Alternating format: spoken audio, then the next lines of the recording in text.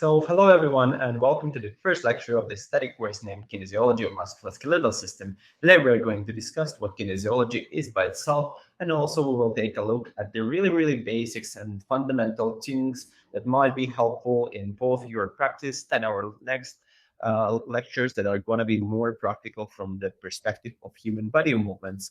But first of all, let's start with introduction of myself.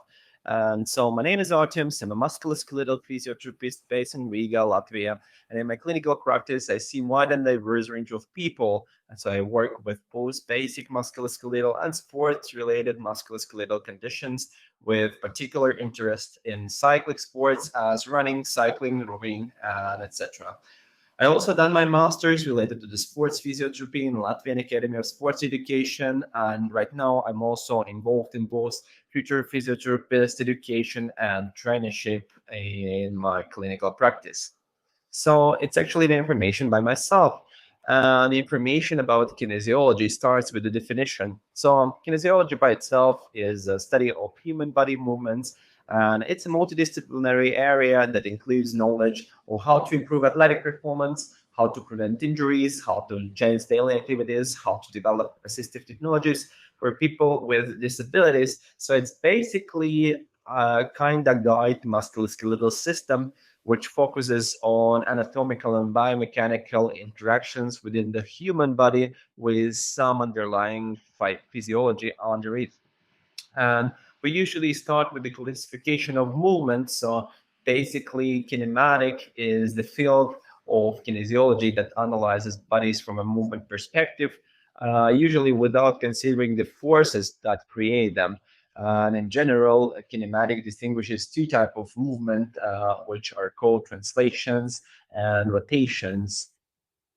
And we use both of these movements in our bodies to move. So translations basically are linear movements where all body parts move in one direction and parallel to each other. So they both can occur along straight lines. So we call them rectilinear then, and then the curved lines, and then we call them curvilinear. And so as you can see in the picture, during walking, a point of the head usually moves in a general curvilinear manner, while whole body movements is more rectilinear. So as you can see in this picture, actually our head is kind of moving up and down. So that's why this line is more of a curved, while our body is kind of straight from the sagittal perspective.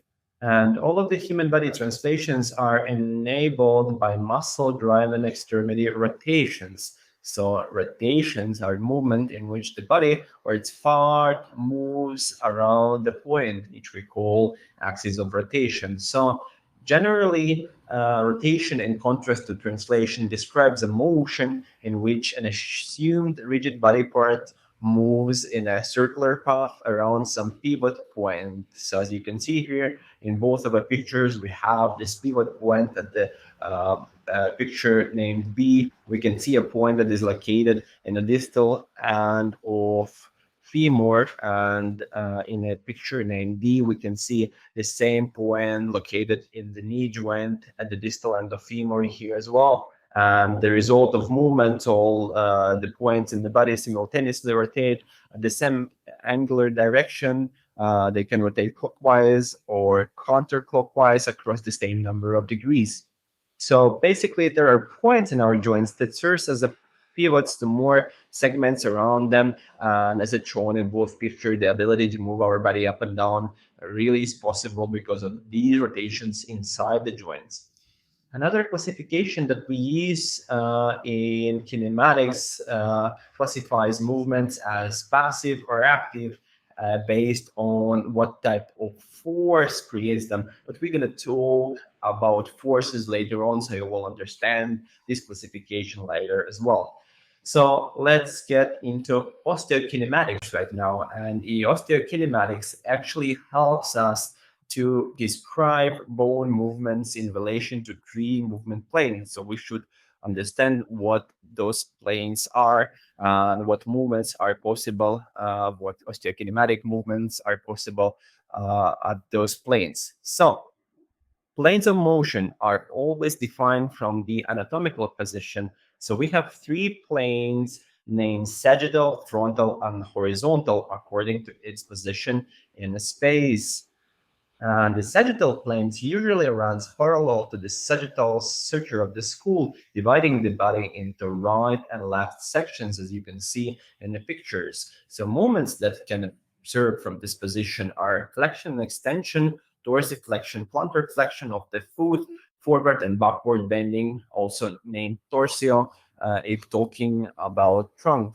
And so frontal plane runs parallel to the coronal suture of the skull, dividing the body into frontal and back section. And movements that I can observe from this position are abduction, adduction, lateral flexion, ulnar and radial deviation, eversion and eversion. And the last one is a horizontal plane, or transverse as we call it sometimes, and it courses parallel to the horizon and divides the body into upper and lower sections. And movements that we can observe from this point are usually rotations, so both internal and external rotations, as well as axial rotation of the spine. So this naming is really general, and sometimes we have more specific definitions that we're going to discuss once again later on during our course. So for these movements to be possible, we need to define more clearly what axis of rotation is.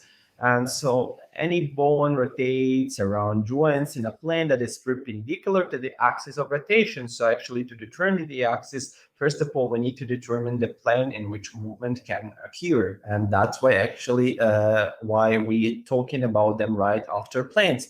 So if you can imagine a javelin or a stick or pole that is going through the joint to serve as a pivot, you can imagine also, for example, a table football where we rotate the handle to move the player, and the axis of rotations are absolutely the same. So usually it's located in one of the bones or in one of them moving body parts, not in the middle of the joint by itself. And there is also one specific feature that we need to know about it. So basically, those axes of rotation are not fixed, are not defined, they are not static, and they migrate during movement. So it's really important fact what we need to take into account when we're trying, for example, to measure any particular movement while using our observational skills or during filming the movement. So usually to make any movement analysis more simplified, we use to define axis of rotation as a static one. So the next thing we need to discuss are degrees of freedom. And actually degrees of freedom refers to the number of independent directions in which movement is possible in a specific joint. So the maximum number of rotations or degrees of freedom in a joint is 3, corresponding to the number of plane. So for example, if we have E joint where only flexion, extension, and internal, external rotations are possible, we would say that there are 2 degrees of freedom, while an ankle joint or talocrural joint, as we call it as well, we have only dorsiflexion and plantar flexion. So it's the only 1 degree of freedom because, for example, pronations and supinations of the foot or abductions, adductions are happening in other foot joints. So that's why, in general, in this ankle joint, we have only 1 degree of freedom. And for example, as you can see in the picture, we have the shoulder joint here, so we can move it in all 3 directions. That's why we have 3 degrees of freedom there. And from anatomical movement perspective, to describe any movement in the body, we have those axes of rotation, and we can name them as anterior, posterior axis, medial, lateral axis, superior, inferior, or vertical axis, according to its direction, anatomical position. So flexion and extension, as you can see here in the picture, with those green curved lines occur around medial lateral axis of rotation. So we are actually using this medial lateral axis as in a table football to move the shoulder back and forward.